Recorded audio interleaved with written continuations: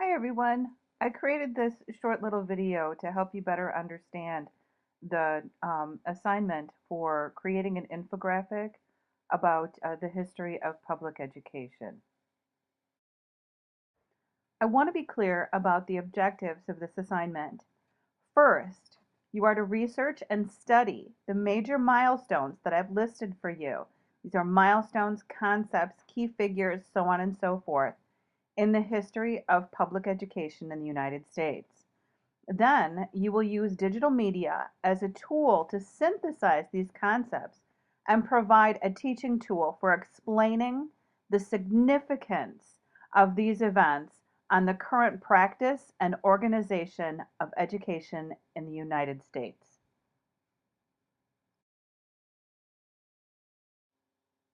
The following slide provides you with a list of those milestones and topics that you should be researching. I'm not going to read them through right here. You have the list on D2L, but you should be going through each one of these and researching every single one of them with an eye towards considering how these things have not only historical significance, but also how they have impacted our current practices of education. What I'm really looking for is for you to create an infographic that teaches about the history of public education. So yes, it absolutely should be one infographic, and it should include all of the things that I've listed on the previous slide. So it's really not more complicated than putting together a poster. So what you should do is dive into the content and then kind of pretend that you're creating a digital poster for your classroom to help your kids learn this stuff. Again, it's really not more complicated than that, with the exception that you have to really bring out the significance of these events on today's classroom and today's school. So I know some of you are asking, what is an infographic? And first of all, let's start with the purpose of an infographic is to use graphics and the organization of information in order to teach or convey a great deal of information in a concise fashion. So think of it as somewhat of a poster, but you're really using graphics and organizing that information. Okay, so design is going to be a key. What isn't an infographic? So it's not just putting together a digital timeline. The difference here is that you're required to synthesize the content, to show connections, to perhaps show cause and effect, to point to pinnacle moments. And I say this because, really, you guys, any high school student can Google this stuff and paste them into some sort of a timeline.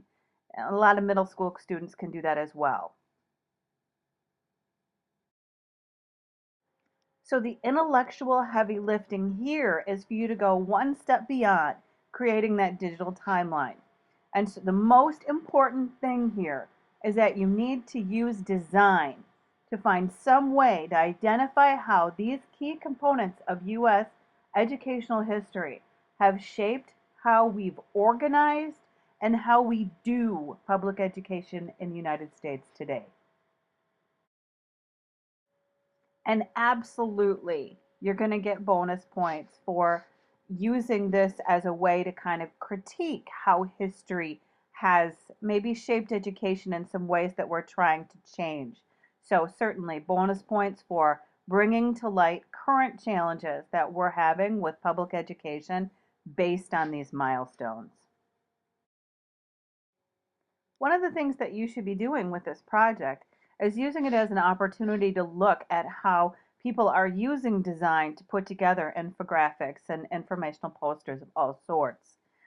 So in order to get some ideas, I've provided you with, on the D2L site, a link to my Pinterest collection of some cool infographics. But use Google. Google it, guys. You're going to find a ton of ideas for creating infographics. So here are some things that I put together to help you with your thinking on this project. If you can think about this through an inquiry framework or looking at some of the questions that arise when you think about historical events, that'd be great.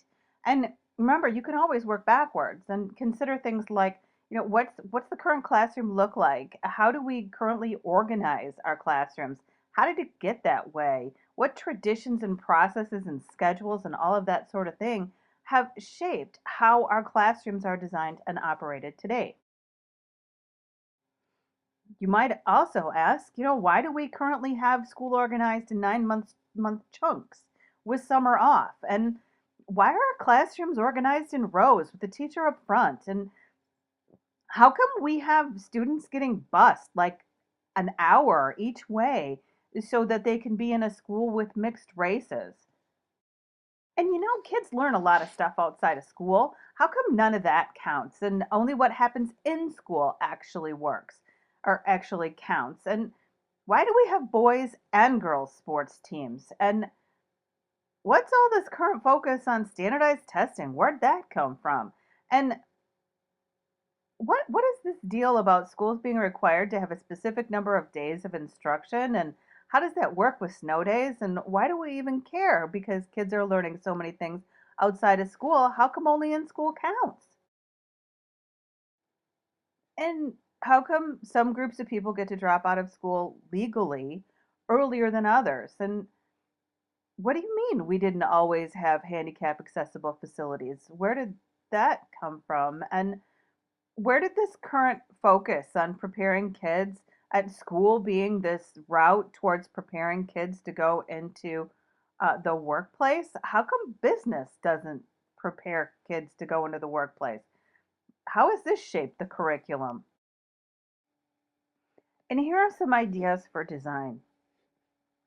So you may want to create an illustrative timeline that has some sort of a synthesis of important events, highlighting implications for today's education system. About grouping events by themes or of some sort and having clusters of things together using graphical elements to show connections. Maybe you'll start with a picture of today's classroom and then illustrate historical events that have shaped how and why we do teaching and learning the way that we do. Some final thoughts here. Absolutely. Putting the infographic together is going to be the hardest part of this assignment. I know all of you are really, really, really good at learning content. But here, figuring out how you'd put together an informational poster to teach this stuff and show connections to current reality is the really, really hard work. And again, it's hard to create something that isn't overly busy, ugly, or causes informational overload. So remember, it's about using design to make the historical underpinnings of our educational system make sense. Try to have some fun with this. Let your creativity run wild. Do your best. That's all I'm asking of you.